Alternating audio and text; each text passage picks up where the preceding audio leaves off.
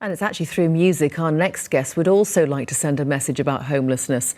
You may not be aware that 24% of young people who are homeless identify as LGBTQ+. 77% of them say that coming out to their parents was the main factor.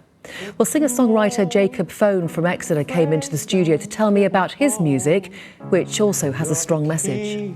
For me that keeps me on track.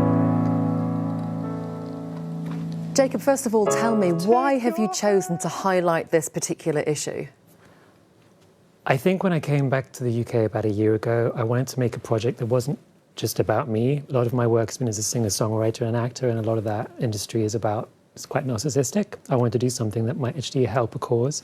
So I wanted to put together a project that would highlight something that was personal to me, and also maybe, bring attention to an issue that should potentially help a few people along the way. I mean, the figures are quite startling, the amount of young people who are not only dealing with suddenly being homeless, but a really emotional issue of trying to find out who they are. I think the figures are staggering, and a lot of people just don't seem to know them. I think the fact that 1 in 4 homeless youth in the UK are LGBTQ, so 1 in 4 is what, 25%, and the fact that that's 6 or 7 times more than is in the population, I think is quite staggering. So you kind of have to question why that might be.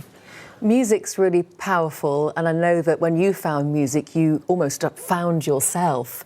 And that's how you're highlighting the issue, but also through your film as well. Tell us about the project that you've got going at the moment that hopefully will help all sorts of people.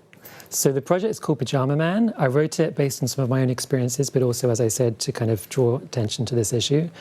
It's basically about a guy who goes in, a washed-up pop star, who goes and works in, reluctantly goes and works in a homeless shelter, and he actually finds himself through kind of mentoring, LGBTQ youth. And there's kind of a lot of music in there. There's a lot of kind of fun, kind of romantic kind of stories going on, but it's kind of, I wanted to draw attention to the issue without kind of banging anybody on the head with the issue. I wanted to find a way for people to attach to a song that would actually mean something rather than for it to be anything to do with me.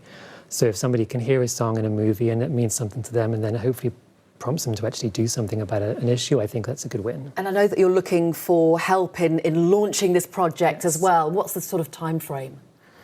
Oh, I don't think I have a time frame. I think my main goal is to actually find the right people. I've got a quite brilliant kind of small team at the moment already, and we're just kind of excited to see who we can attract to actually make the project the way it should be made. Great. Well, if anyone wants to find out more, they can go on the internet and find out more. And of course, we're going to hear more from you at the end of the programme as you play us out. But Jacob, for now, thank you very much. Thank you very much.